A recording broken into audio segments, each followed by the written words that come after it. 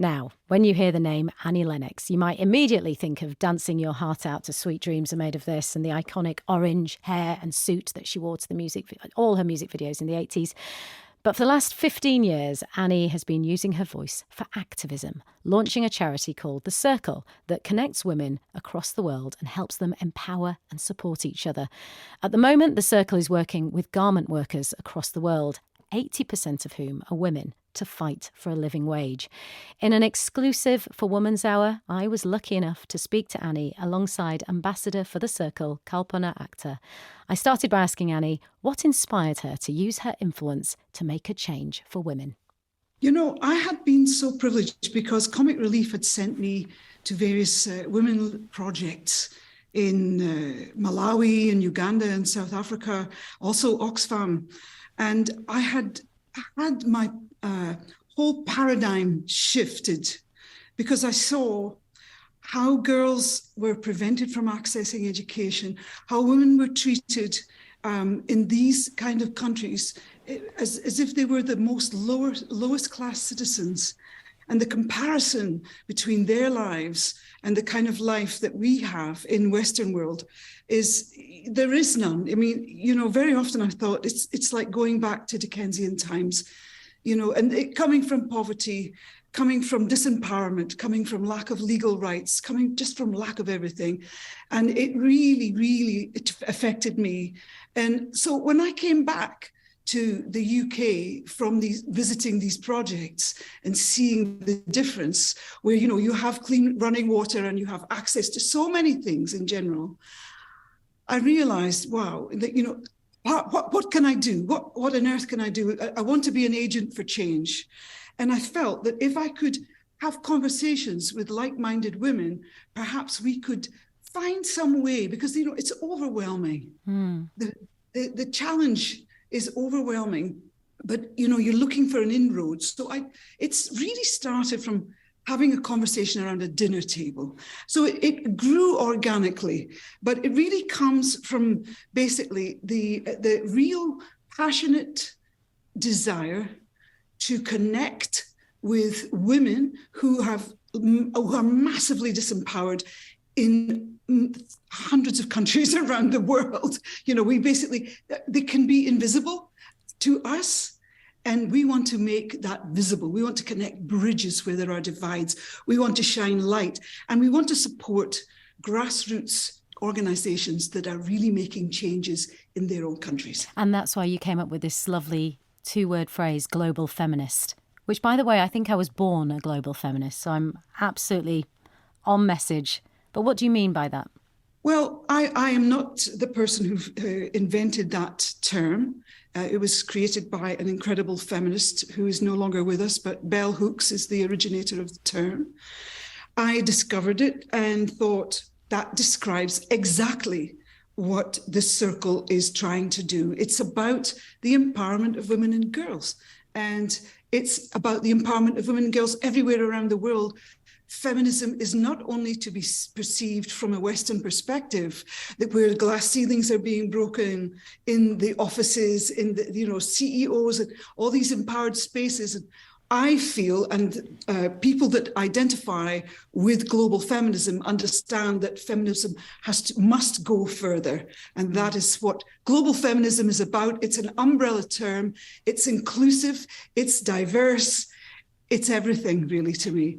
I wasn't really, back in the day, I didn't know the full potential of feminism. I didn't even describe myself back then as a feminist. Here in the West, that term was a little bit toxic. So people were embarrassed to use it. And it's only really in the last 10 years or so, with a lot of work from behind the scenes, that we've reclaimed the terminology, we use feminism again. But my mission and the Circle's mission is to elevate this term global feminism, because if we don't put global before feminism, then people that live elsewhere, maybe in the developing world, in the countries like Bangladesh, etc., then it remains invisible. So we're pushing for this term, this usage of this term that can go both ways. You can use it, I can use it, men very importantly, men have to understand what feminism is and embrace that too.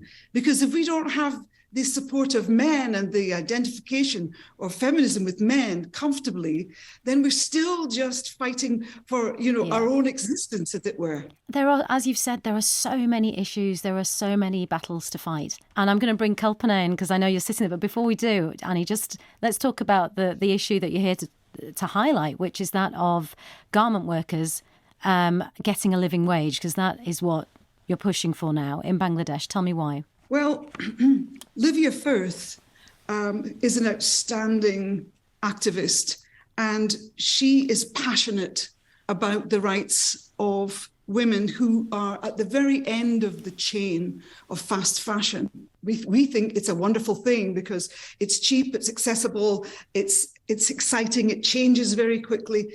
But we forget, generally speaking, that there are women usually at the very beginning of that long chain before it gets to us in the shops and the high streets, who are not even getting funded. We describe it as poverty wages, and their conditions are appalling. I mean, if you actually see the truth behind fast fashion, you will see why the kind of reasons why Kalpona is fighting so hard just to establish the most basic human rights, really, workers' rights.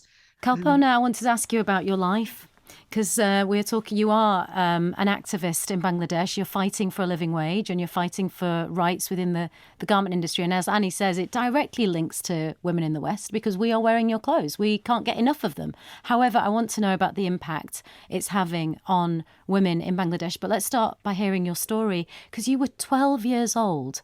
Is that right, when you started working in a garment factory? Why were you sent to work at 12?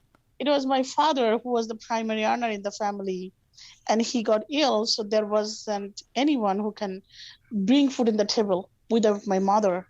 So my mom, despite having two months infant, she left her home with us and she chose to be a factory worker.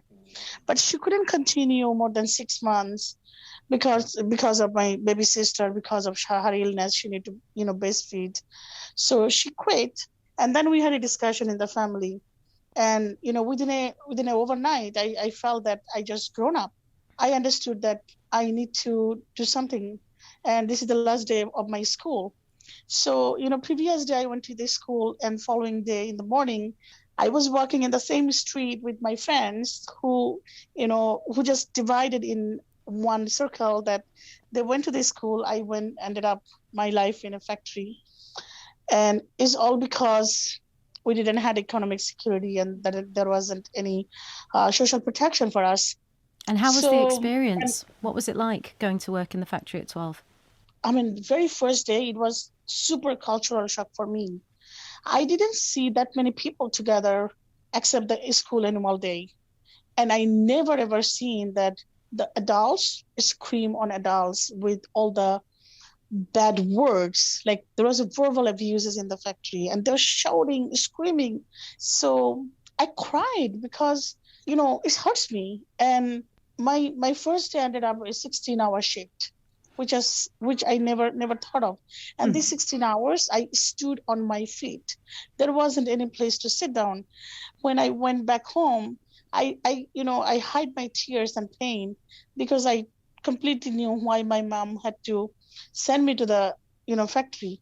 And one thing years later that I realized that I had to ended up my life in that factory in that age of 12 because my mom did not get the living wage. So if she would be getting living wage when she started working, she could have a nanny to take care of my baby sister. She, absolutely can send me and my brother to the school rather sending two of us to the factory. And I'm presuming quite a dangerous, terrifying environment for a child to be in? Absolutely. I mean, the environment was terrifying. I mean, these buildings wasn't purposefully. There was only one stairs and no emergency door. There was even fire in my factory.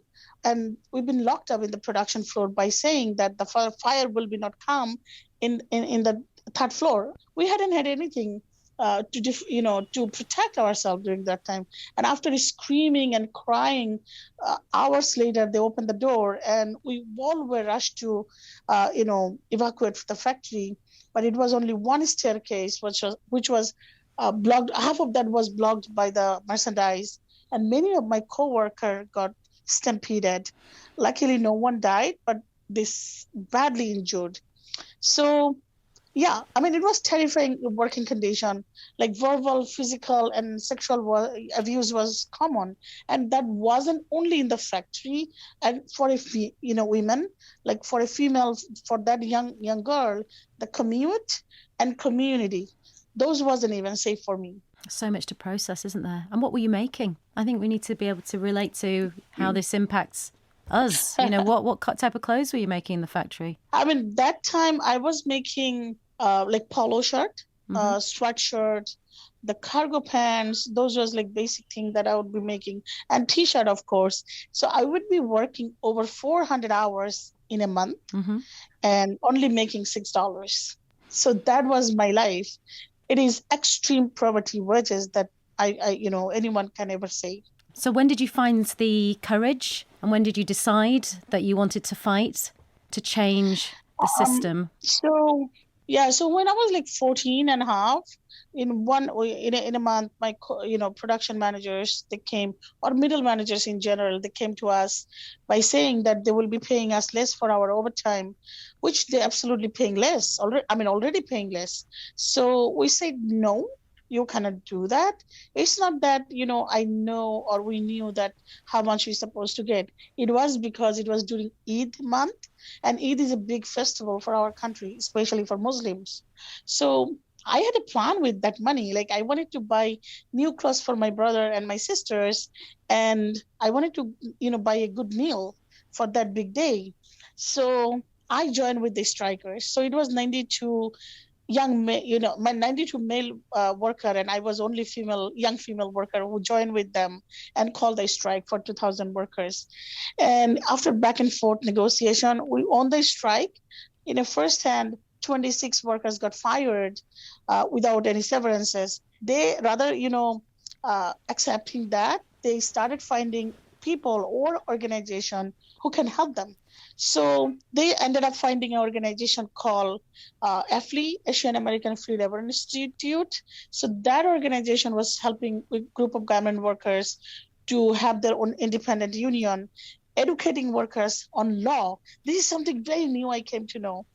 And they were helping with legal aid, that so worker can sue the factory owner for illegal termination. So educating you in what the rights you have. Yes. But Kalpona, what I'm interested in is what is it in you that decided you were going to be the one woman to stand up for your rights? They were all men and you. That's remarkable. My point was I really need that money because I did hard work. I have a plan with that money, and I need to support my family with that money. I mean, that is like very basic thing I would know until I know the law.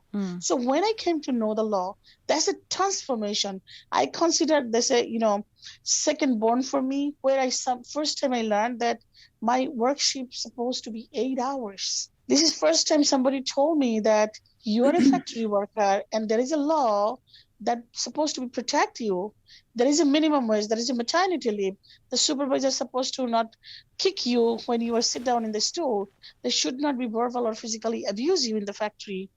And something beautiful I learned, that I have right to organize and right to bargain with my respective factory owner on my wages, on my rights and everything. That just blown my mind. And I was like, why not doing that? So in the following morning, when I learned that, it was like butterfly in my stomach. I wanted to share that with my coworker. Everyone got like energized, and they says, let's do it. So we organized, towards to that bargaining table. So it wasn't easy, to become an organizer. So one evening, with that gummy face, I went to my mom.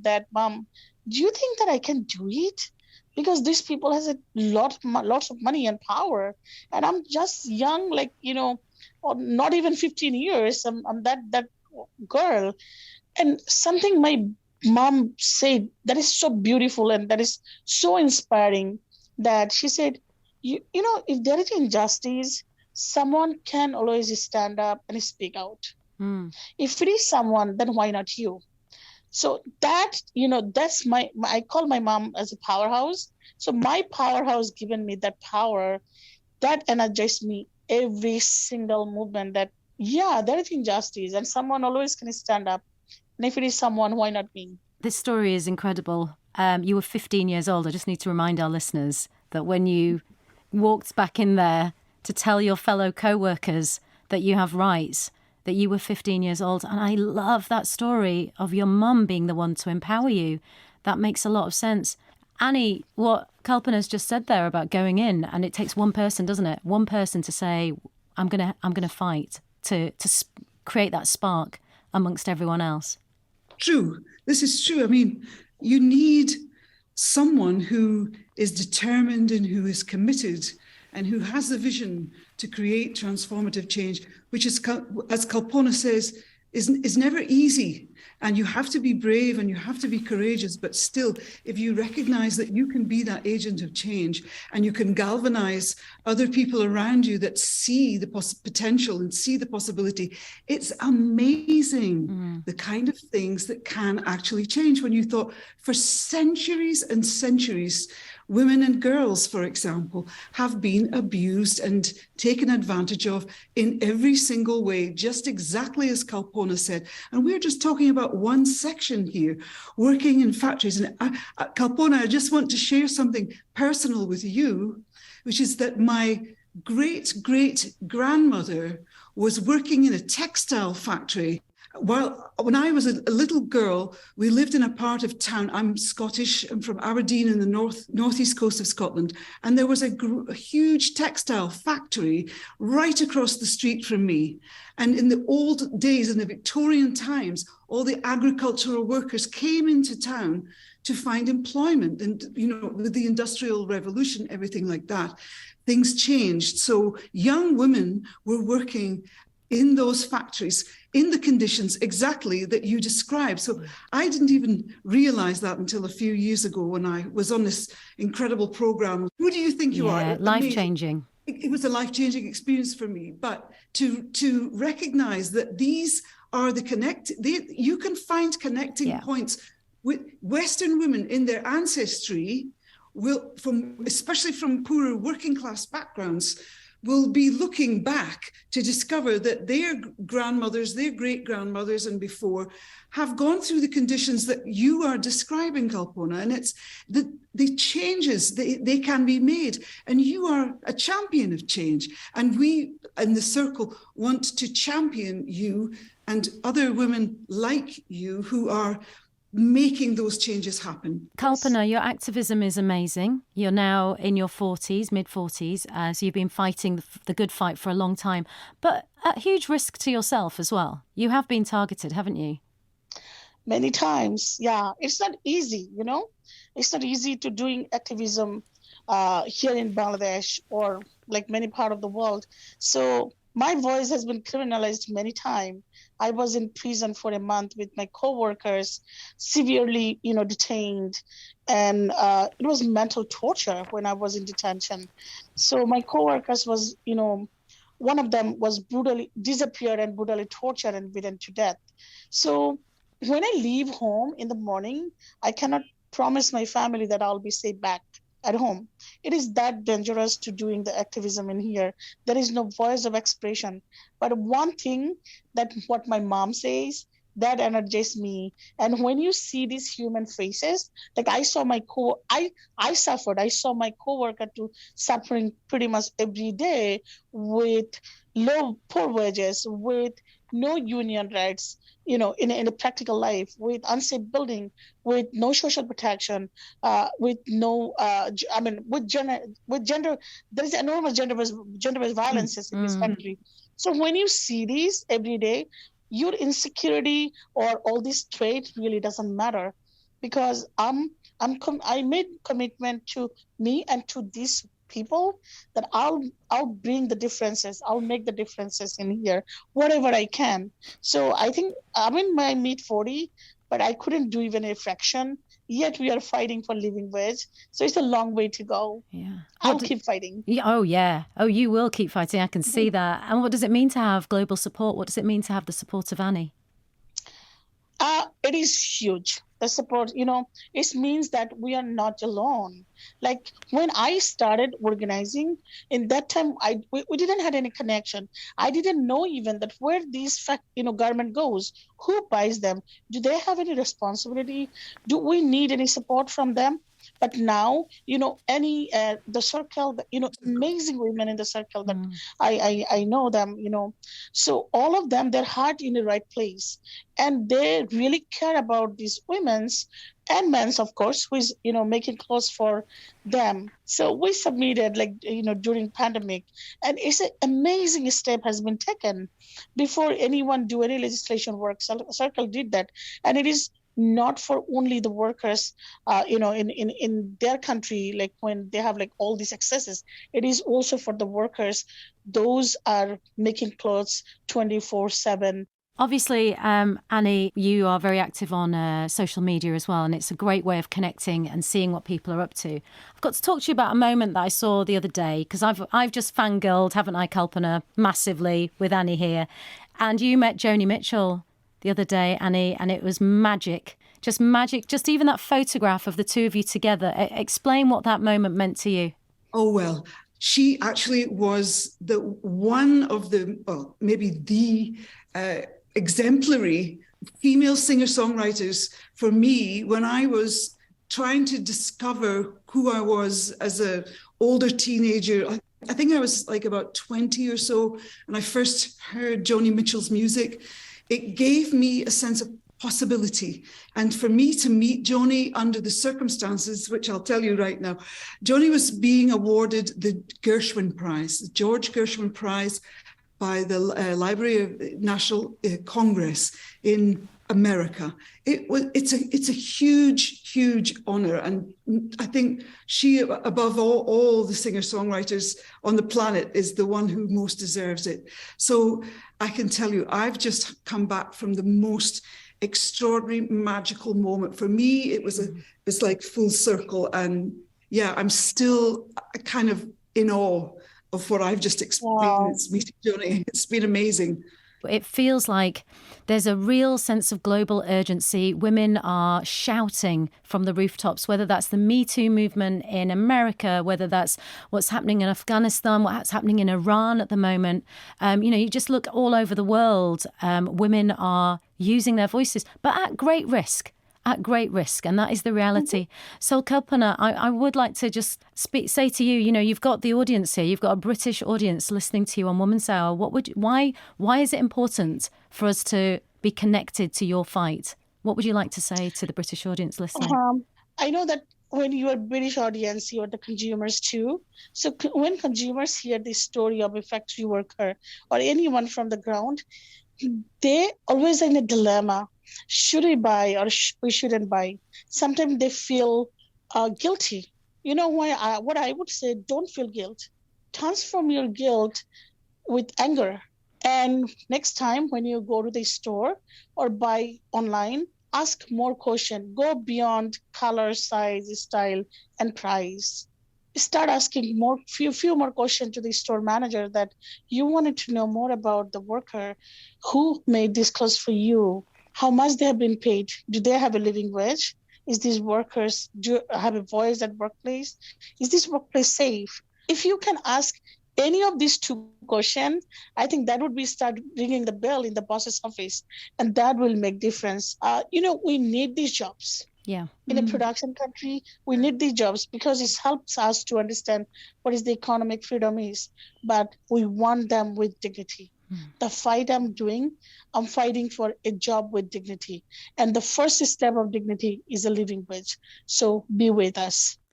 The Circle ambassador, Kalpona, Akter there, and Annie Lennox talking to me about their activism and their work with the Circle. And we've been talking about